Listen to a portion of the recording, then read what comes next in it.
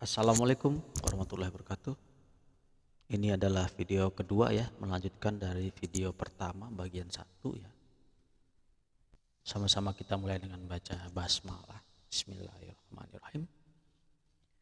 Baik, jadi itu adalah cita-cita ya, yang bahan-bahan yang sudah kamu lakukan. Bagian dari cita-cita ingin membuat sebuah produk wirausaha ya, dan dalam pembuatan cita-cita itu kita melakukan sebuah perencanaan. Ini sudah kamu lakukan ya sampai sini dari pertemuan 1, 2, 3, 4, 5. Salah satunya ada planning di sini. Setelah kamu mengidentifikasi bahan-bahan yang tersedia dalam lingkungan kamu, kemudian kamu mengidentifikasi apa ya produk-produk yang bisa dibuat dari bahan-bahan yang tersedia tersebut. Jadi kamu melakukan menginventarisasi melalui searching berbagai sumber ya, apa kira-kira produk yang bisa dibuat, ide produk yang bisa dibuat. Ya, penekanannya adalah menemukan ide produk dari bahan-bahan yang tersedia di lingkungan kamu. Nah, itu sudah kamu lakukan ya. Nah, setelah kamu melihat menginventarisir beberapa ide-ide produk di situ ya, ada tempat pensil, ada hiasan dinding, ada bunga dari daun, dari kulit pisang atau dari kulit jagung.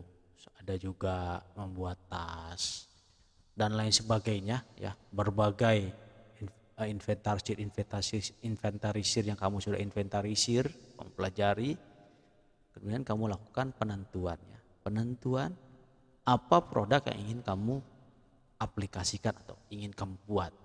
Nah, ini masuk ke dalam sebuah planning. Dan pada pertemuan ke-6 kita melakukan, kamu membuat sebuah kelompok-kelompok ya, dan kemudian kamu berdiskusi ya. Nah, itu adalah planning. Setelah melakukan planning, perencanaan ya, setelah itu kamu melakukan organizing. Nah, organizing ini artinya adalah melakukan sebuah kegiatan ya, pemberian tugas kepada pihak-pihak terkait ya. Jadi dalam aplikasinya kamu itu membuat kelompok kan ya, kemarin ya kita pada pertemuan 6 kita buat kelompok. Setelah itu kamu berdiskusi dengan kelompok kamu ya, membagi tugas ya, selain bersama-sama menentukan membuat apa, kemudian sama-sama menentukan apa bahan-bahan yang dibutuhkan. Setelah itu kamu juga berdiskusi dengan teman-teman kamu, membagi tugas, si A membawa cutter, si B membawa bahan A, si C membawa alat B gitu ya, dan selanjutnya. Nah, itu adalah bagian dari organizing. Jadi organizing ini adalah mengorganisasikan ya, memberikan tugas-tugas kepada pihak-pihak terkait kalau secara lebih luasnya, sehingga seluruh pihak, seluruh elemen ya, seluruh warga yang menjadi manajemen kamu itu melakukan tugas-tugasnya sehingga membuat sebuah kesatuan. Jadi organizing ini adalah umumnya bentuknya berupa diskusi dan rapat-rapat, pembagian tugas ya, itu adalah organizing. Selanjutnya adalah actuating. Nah, actuating ini adalah pelaksanaannya.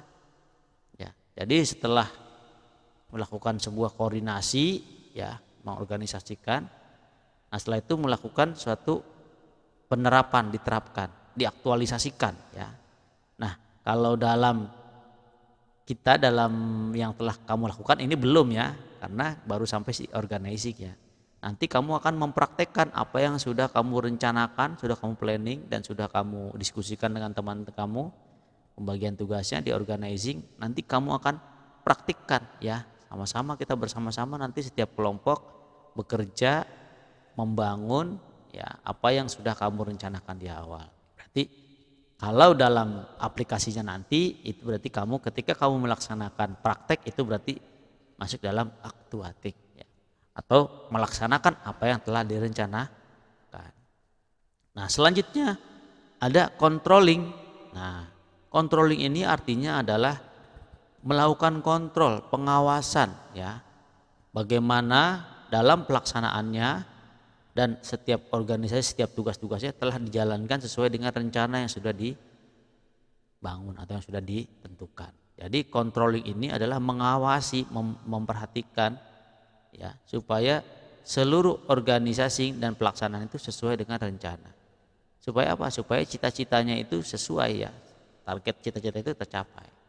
Nah, itu adalah controlling ya.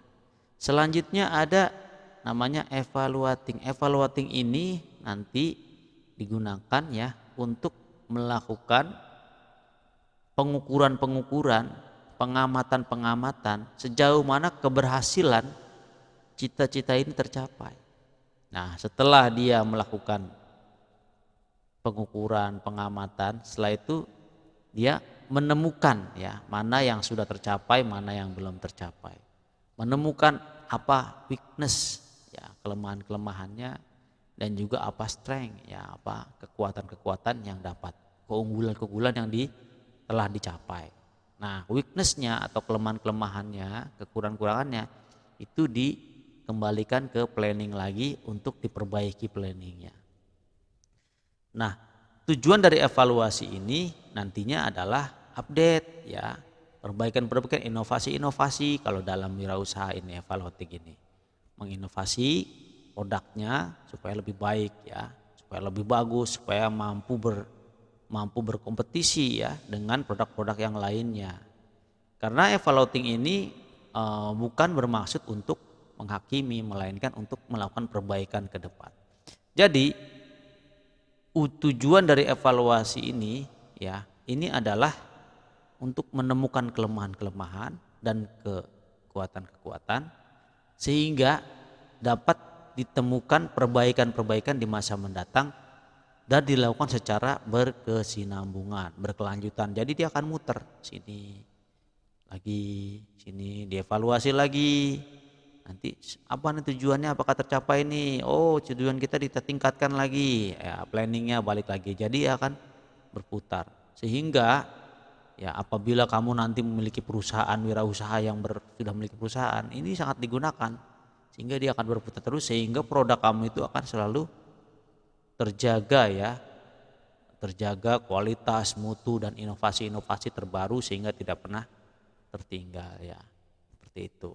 Jadi kalau dalam realita sebagai contoh ya, di sini ada beberapa produk yang terkenal, yang dulu sangat terkenal, tapi ternyata akhirnya sekarang sudah tidak terkenal. Karena apa? Karena salah memilih jalan dalam berinovasi. Contohnya seperti Nokia, BBM, ya, Yahoo, ya sudah kalah ya dengan produk-produk lainnya. Kenapa? Karena ada salah langkah mereka, yaitu kemampuan berinovasi dan evaluasinya itu tidak tepat sehingga tidak sesuai dengan zaman lagi dan akhirnya tertinggal sekarang ya, kalah dengan produk-produk lain seperti Samsung atau produk-produk dari Cina ya, Huawei, Oppo, ya Xiaomi dan lain sebagainya.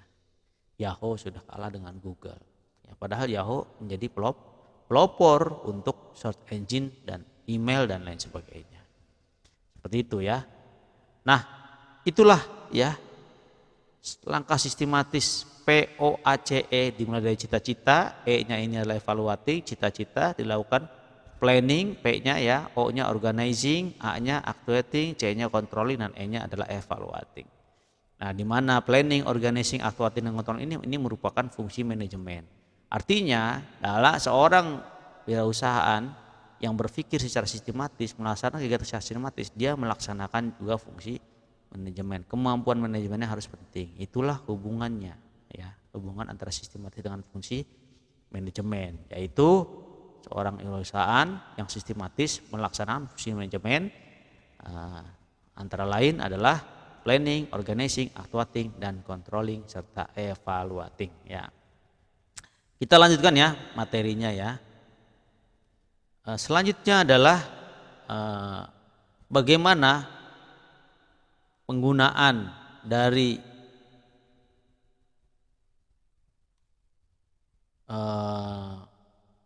fungsi manajemen ini dalam realitanya ya, sebuah wirausaha.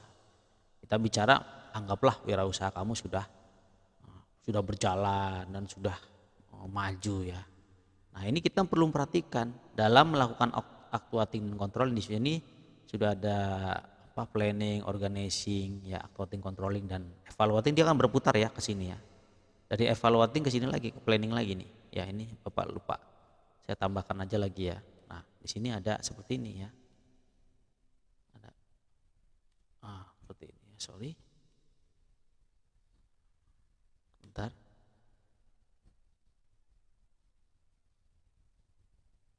Nah, seperti ini ya. Jadi ini berputar ya.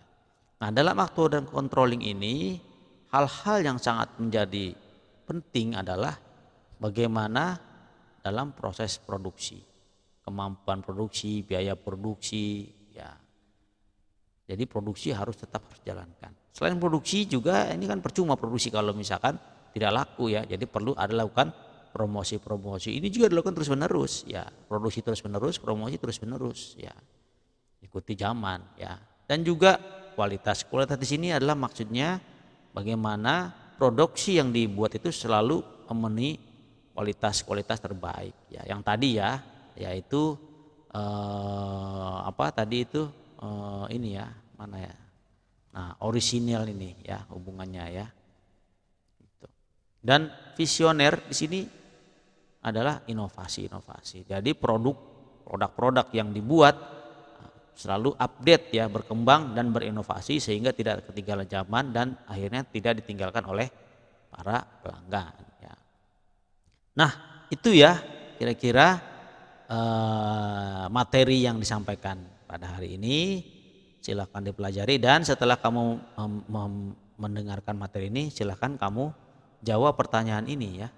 Nah, sebentar saya perbesar ya. Nah, jelaskan dengan singkat.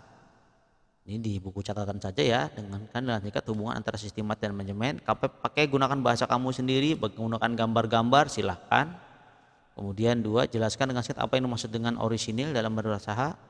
Dan ketiga, jelaskan dengan singkat apa yang dimaksud dengan visioner dalam berwirausaha. Ya. Demikian dari Bapak. Selamat belajar, semangat terus. Billahi taufik wal hidayah. Wassalamualaikum warahmatullahi wabarakatuh.